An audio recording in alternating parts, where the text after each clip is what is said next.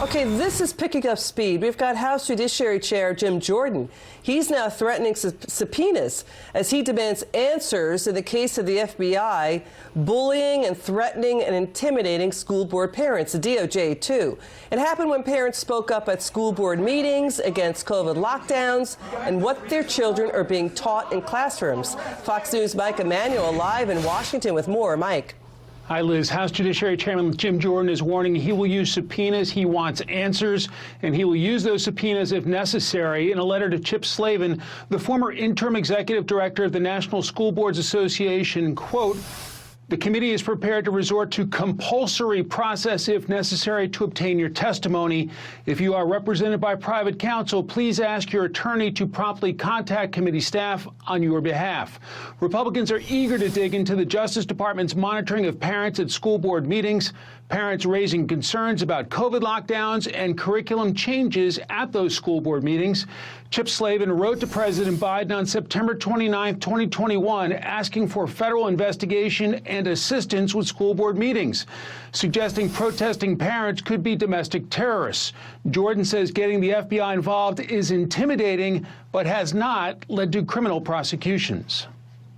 25 parents get reported on that snitch line. They all get investigated. FBI shows up at their door. Guess how many have been charged? How many have been charged? Yeah. Zero.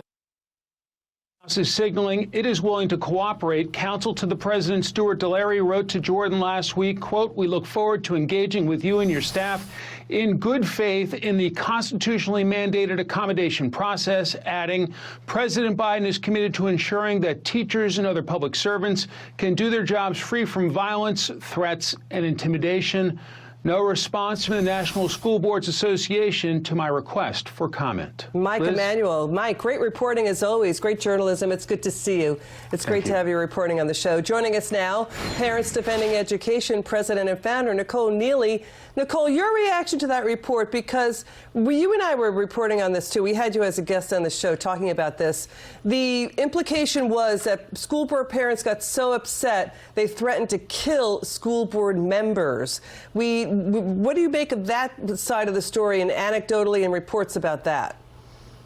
Well, it was interesting because we were the ones who filed a public records request that showed that there was collusion between the Biden administration and the National School Board Association prior to that letter's release. And a number of those incidents that were listed in there have since been debunked, including Scott Smith from Loudoun, who was arrested because he went to a school board to talk about his daughter being raped in the bathroom. And so there's a lot of egg on the NSBA's face, but at least they retracted their letter. The Department of Justice has not. We deserve answers. So Nicole, thank you for Representative Jordan for following this. Is there proof that parents threatened to kill school board members? We have yet to see any. And again, there is no place for violence in this at all, of course. But many of the incidents were taken out of context. And one thing that we found from some of the school board, the NSBA board members, of incidents that happened in their state, they said, "We wish that you had contacted us. We wish you would ask us for more information." They didn't know or like that letter was sent by their leadership either. Got it. Okay, let's watch more of what happened with Congressman Jordan and Chuck Todd this weekend. Watch this. So there's a school board meeting tonight. Mr. Jones is thinking about going and talking at the school board meeting, and then he says, "You know what, maybe I won't go, maybe I won't speak up because I know Mrs. Smith had a visit from the FBI last week." The chilling impact on First Amendment free speech is what we care about. This committee is about protecting the Constitution, in particular, the First Amendment. That's the story. That's the story, right? I mean, parents, look at this. Parents in Marion, Iowa. In Iowa, they're upset and outraged at their school district. Why? A school board member put up on Facebook this post.